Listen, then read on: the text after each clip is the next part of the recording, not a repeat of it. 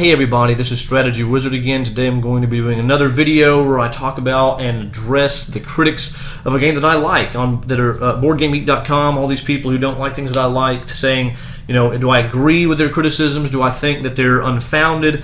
All that kind of good stuff. So again, this is in fun, but also for informational and educational purposes for myself and for everyone else. So, you know, no hard feelings here. And if you disagree with me, I'm happy to discuss it down below in the comments. So let me know if you think I'm wrong or you think I'm out of line. Now, we're doing Tiny Epic Kingdoms today. I just really like it.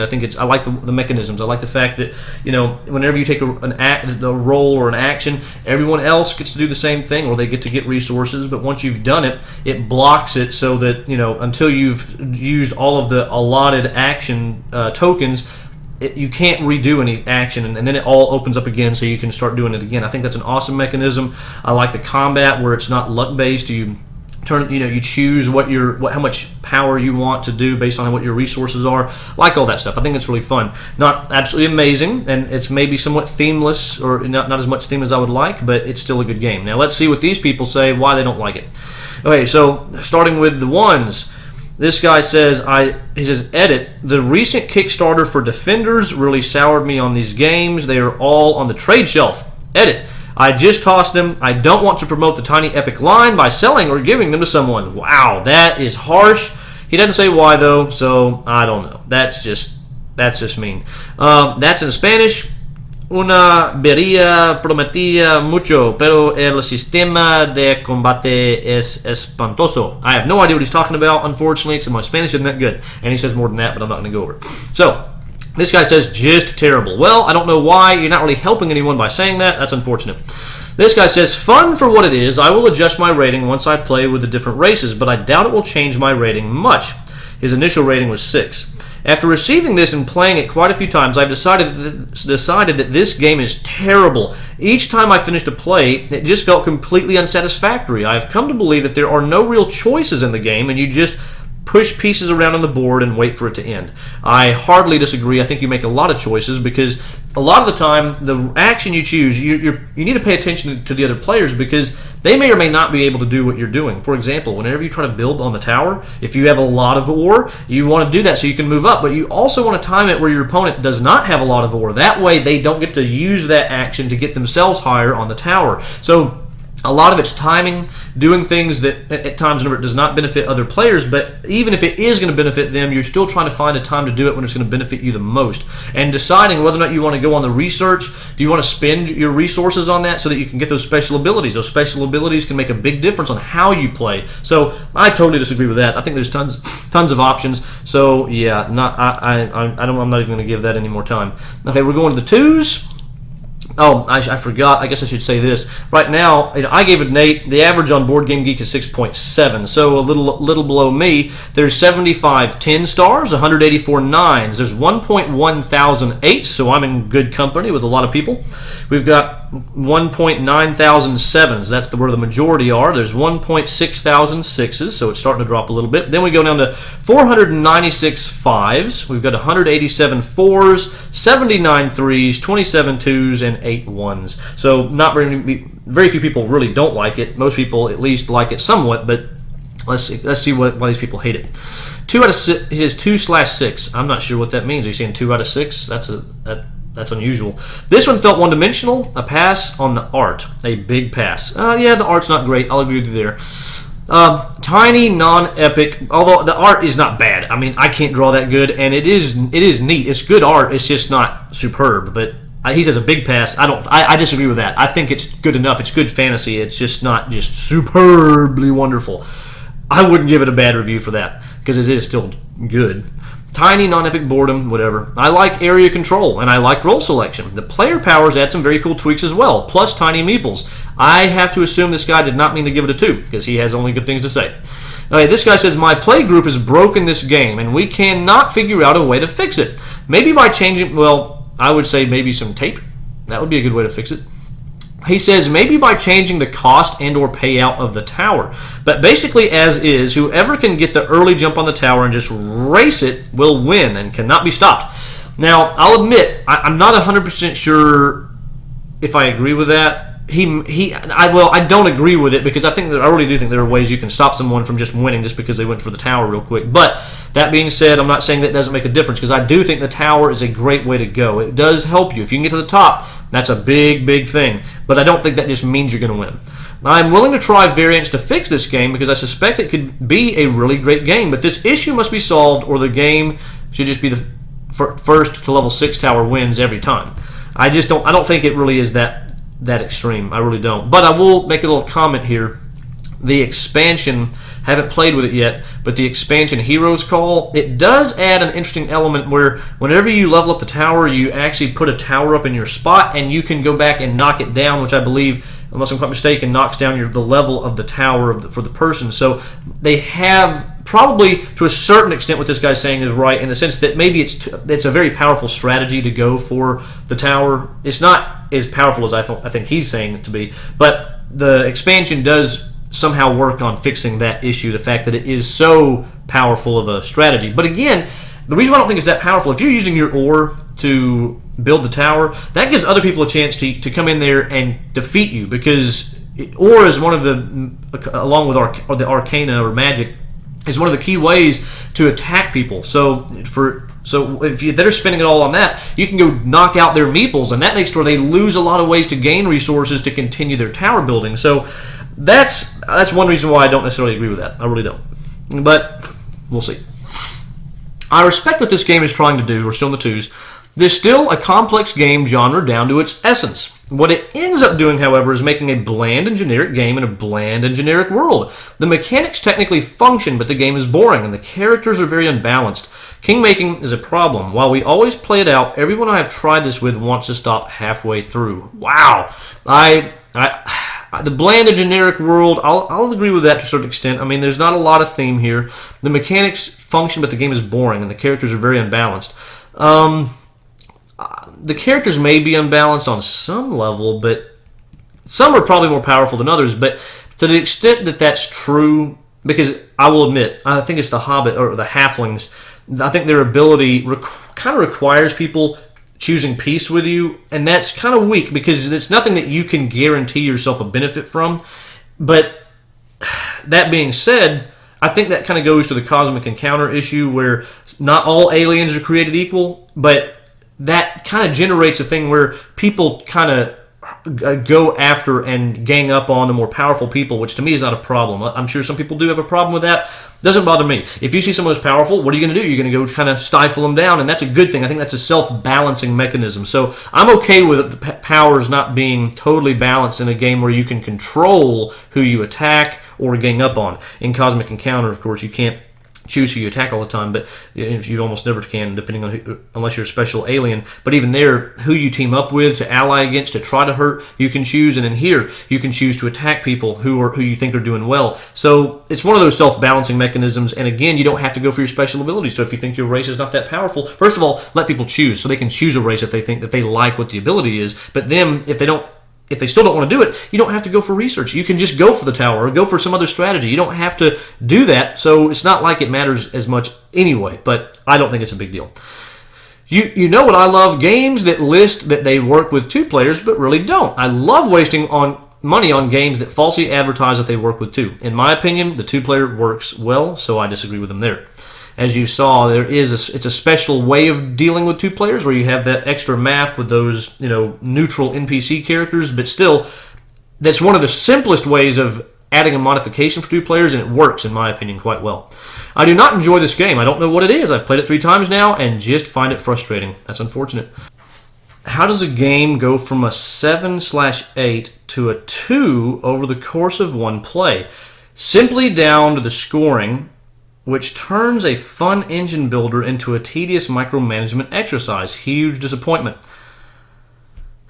What? First of all, I wouldn't call this an engine builder, and to say tedious micromanagement, I wonder if this guy thought he was reviewing a different game. I don't know. I don't really see how that applies. micromanagement, I don't see that in here at all, so I'm not going to worry about that. I'm not sure if he's even talking about the same game. The components are all very nice. The maps and wood bits are great. It's just a shame they aren't used in a game that's anywhere near good or fun. It is kind of a multiplayer war game, but the combat system is very poor. The race powers are all different, but some seem useless. Now, I don't think any of them are useless. In fact, I didn't use mine at all because it didn't seem worth wasting the effort to level up, and I won easily. Again, well, that's fine. See, that's the thing. I like the fact that you don't have to do that. You have strategies. You have choices. Do you go for your special power and make it better and better and better, or do you go for something different? That's a good thing, in my opinion. He says, some of the race powers are actually useful, so lots of balance issues. Again, yeah, some are probably better than others in the sense that you have more control over what they do to help you and all that kind of thing, but I still think that they're all useful, and again, the whole issue of, take out the people you think are more powerful, I like that mechanism. I think that's okay. And that same in Game of Thrones. In the Game of Thrones board game, I like that too. Whenever someone seems like they're getting powerful, everyone tries to stifle them down before they get too powerful. I like working together with other people to do that kind of thing. I don't see that as a problem. But again, if you don't like the powers, all the powers, just choose ones that you like. You don't have to randomly deal them out. Some of the race powers actually, given that he says, so lots of balance issues given that the powers are the only things that differentiate the players. Now that is true. That's the only thing that differentiates the players, but this game isn't about differentiation of the players. You don't have to have that. You could take that whole element out and it would still be an interesting game with the role selection and all that kind of stuff. So I don't think but again, yeah, I just disagree.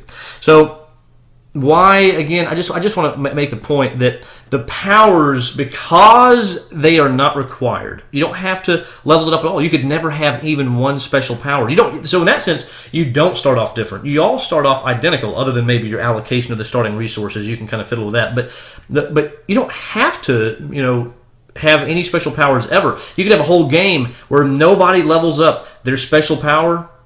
That's okay. So you don't even start off different except for in the potential of differentiation. But that goes for everything. I mean, you're differentiating yourself if you start getting a lot of arcane or the magic so that you can do a lot of combat, or if you start going on the tower. I mean, the fact that the special abilities are different, some are better than others, that is just like gravy to what's going on here. It's something that you can go after if you want, if you like it. If you don't, you don't have to. And different people, as we have seen, or for anyone who knows much about the way Cosmic Encounter is, there are people who hate a given alien, but other people who think it's one of the best. I have seen that many times. So it's one of those cases where it's so much opinion. Whenever it comes to special powers, there's a lot of opinion here, so I don't think it's even worth worrying about that. That's something that, that's not a reason to not buy the game, because you might like the powers that they say are no good. So we're just going to move on. I just want to remind people that, because I don't like it when people, they give their opinion on something like that as if it's just a fact, and that's not a fact. It's not a fact that all powers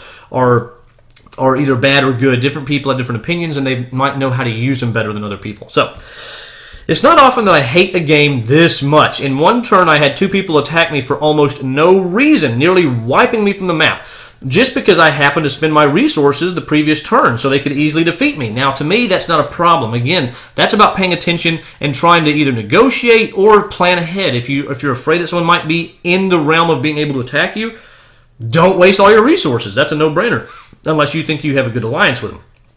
I was crippled for the entire game so that I didn't really have a chance to do anything.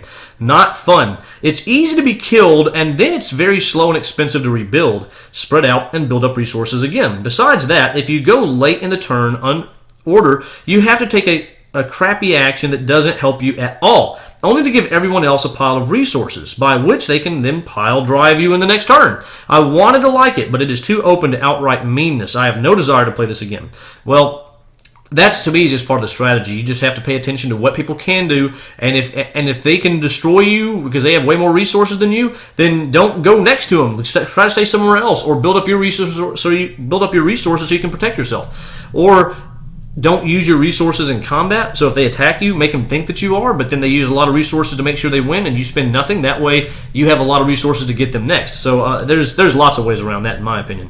Okay, let's do a few threes, and then we'll nip this in the bud. Wow, that guy gave it a 2.2. That is very something. Okay. This is the Ultra Tiny Epic Kingdom Kickstarter with the D12. Okay, well, that really doesn't help me. He gave it a 3, whatever. Oh, no, gosh. Oh, wait, this might be... Ultra Tiny Epic Kingdoms is the version I have. Every time I play this game, I liked it a little less than the last time I played it. It's strategically unbalanced. The asymmetrical races are fine, but that's not the problem. Well, tell me what the problem is. You didn't tell me, so I can't address it. The action following is unique because each player can select to collect resources instead, meaning that players want to select actions that players want to take rather than the ones they do not. I don't necessarily agree with that. Sometimes you would rather them get resources because sometimes taking the action is way more powerful. There's a huge level of complexity added to the game by a blind bid combat mechanism. That's not that complex. I'm sorry. You can allocate up to 9. They can allocate up to 6. Do you make sure that you win, or do you try to go lower, thinking that maybe they're just going to go, I can't win, they're going to bid nothing?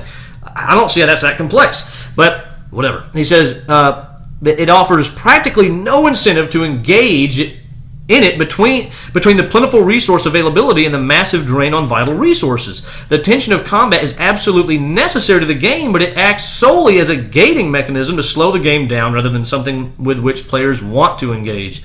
I disagree with that. I find the combat interesting, so that's one of those just personal opinion things, I think. Some people will like it, some people won't. Really disliked this one. Seemed really boring. Had terrible art. I don't think it's terrible. I just don't. And just wasn't for us. The 2-player rules were awful. I also disagree with that. I don't know. Maybe I'm just... I don't know. I don't see those as big deals.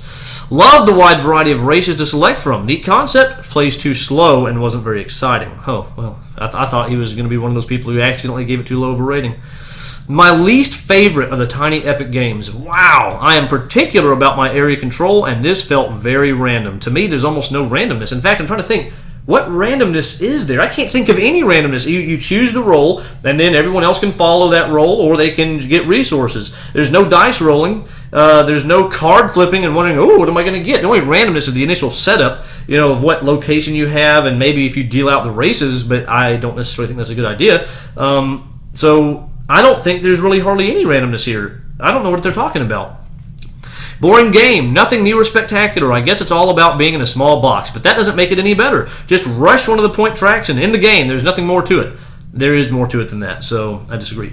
Because if you rush, see, that's the thing, if you're rushing to just go for the tower or go for your magic or whatever, you're going to be spending what makes you good in combat, and that's part of the way this game works. Those seem like great strategies. Let me just get to the top of the tower, or max out my magic and my abilities and everything really quick, like to get to the end. That seems great, but the problem is you're spending the combat resources to do that. So it's not that big of a deal. Those combat resources are something that, since you're spending them, you're leaving yourself open if you race to that. So no, I disagree. I'm sorry. Okay, we're going to do one more, and then I think I'm done. This guy says, armies moving around in almost random ways. It's not random. How is it random? You're choosing. Do I want to go to the plains? Do I want to go to the mountains?